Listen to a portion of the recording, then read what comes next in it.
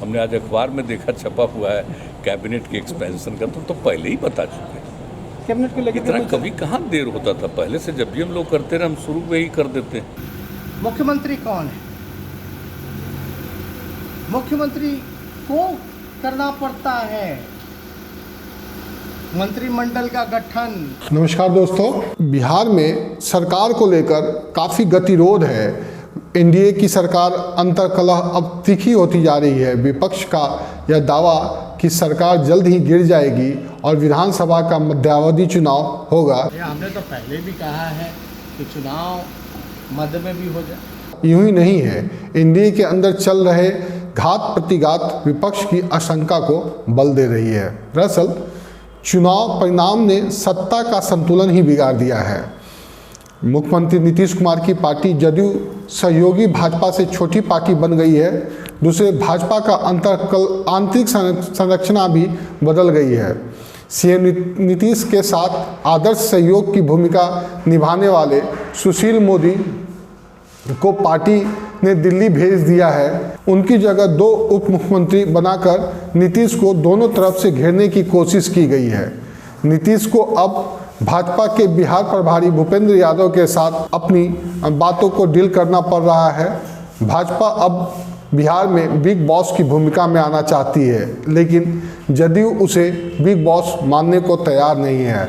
यह सब जदयू को नागवारा गुजर रहा है। मूल विवाद का कारण यही है। नीतीश की खासियत है कि वे कम बोलते हैं, नपा तुला बोलते हैं।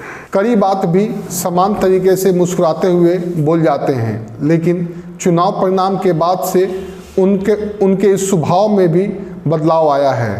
पहले तो वे खामोश रहे, लगा कि सदमे में हैं।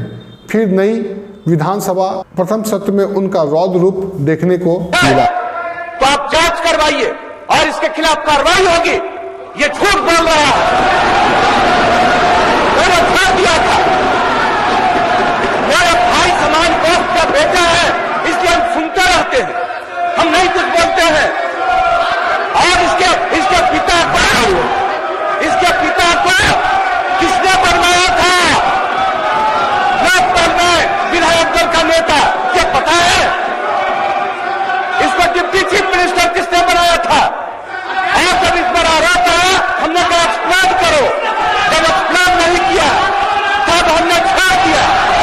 इतने क्रोध में और इतना तीखा बोलते हुए उन्हें पहले कभी नहीं देखा गया था और ना ही सुना गया था। उनका गुस्सा तेजस्वी यादव के खिलाफ था। इसी बहाने सहयोगी भाजपा को भी संदेश दिया गया था।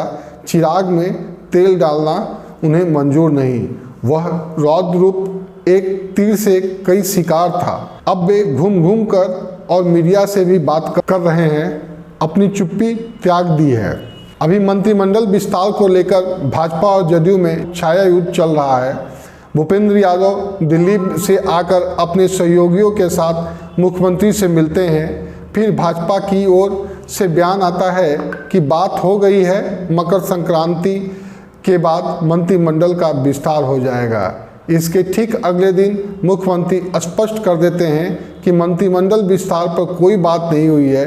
उसमें कोई बातचीत नहीं, बिल्कुल जिसको कहिए कि यूं ही बातचीत गपशप, लेकिन इसमें कोई राजनीतिक बात नहीं। सर, कहा जा रहा है कि सुशील मोदी को फिर एक बार बिहार बुलाने की कोशिश हो रही है, ऐसा है क्या? नहीं, इसकी कोई जानकारी नहीं है। ये तो भारतीय जनता पार्टी के हाथ में है और कल भी किसी तरह की कोई बातचीत नहीं की। हमने आज अखबार में देखा छपा हुआ है कैबिनेट के एक्सपेंशन का, तो पहले ही बता चुके हैं। कैबिनेट को लेकर इतना कभी कहाँ देर होता था, पहले से जब भी हम लोग करते रहे हम शुरू में ही कर देते हैं अधिकांशतः। लेकिन इसके बारे में जब तक लोगों की राय नहीं आ जाएगी तब तक तो अभी तो कुल मिलाकर के कैबिनेट में 14 लोग, और जब हो जाएगा उन लोगों का आ जाएगा रिपोर्ट, उसके आधार पर। देर भाजपा की वजह से है। पहले तो एक ही बार में पूरी कैबिनेट बन जाती थी। यह सीधा भाजपा पर हमला था। फिर पार्टी के प्रदेश कार्यकारिणी की बैठक में बिना भाजपा का नाम लिए उसे पीठ में छुरा भोंकने वाला विश्वासघाती करार दिया गया।